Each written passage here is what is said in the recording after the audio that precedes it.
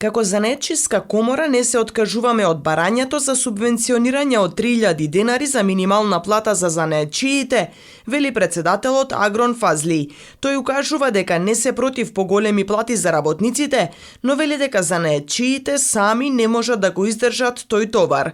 Веќе упатиле барања за средба со Министерството за труд и социјална политика, но се уште чекаат на одговор. Се наоѓаме во тешка економска социоекономска криза, бидејќи пандемијата го направи своето, но и сите параметри даваат дека ние сме уште во криза. Не се покачува минималната плата само 3000 денари, него се покачува негде 4200 денари по вработен или по лице што врши таква дејност. Од тука ние веднаш реагиравме и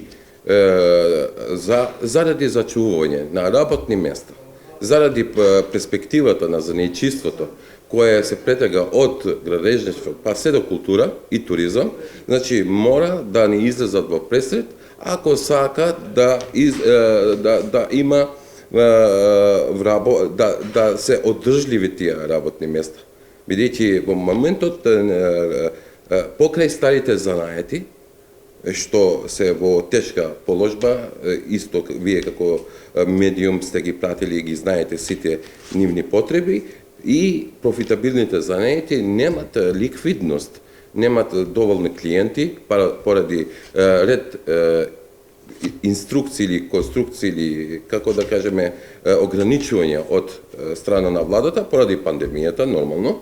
И така да мора Министерството за труд и социјална политика да анализира добро, да ги има во предвид овие наши барања, бидејќи ние сме и самовработени. Покрај работодавачи. Занаетчиската комора реагира и на новото законско решение со кое недела се прогласува за неработен ден. Законот, велат, е донесен бргу, без консултации, е противуставен. Наместо да ги штити, тој ги крши работничките права. Согласно новиот закон, на занаетчиите не им е дозволено да работат во недела. Од комората нагласуваат дека занаетчиството не е исто како и јавната администрација, која има сигурен приход и може да си дозволи слободен ден. Ако не работат во недела чаршиите, поточно старите занаети, сувениниците, и јурганџиите, сааџиите и ред други златарите можат да работат во недела, бидејќи во чаршиите доаѓат и странски државјани да ја посетат Скопската чаршија, Охридската чаршија.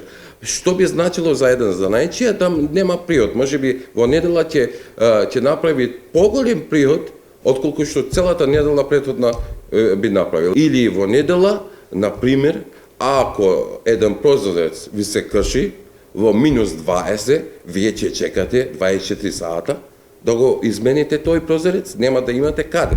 Значи, мора услужните дејности кои што се тесно поврзани со нашето окружување и со нашите потреби да се дозволат да работат. Дополнуваат дека дополнително ќе се потикне сивата економија, бидејќи велат ваков каков што е законот иницира работење зад затворени врати. Со Стопанската комора и сите други организации ваквото законско решение ќе го оспорат пред Уставниот суд.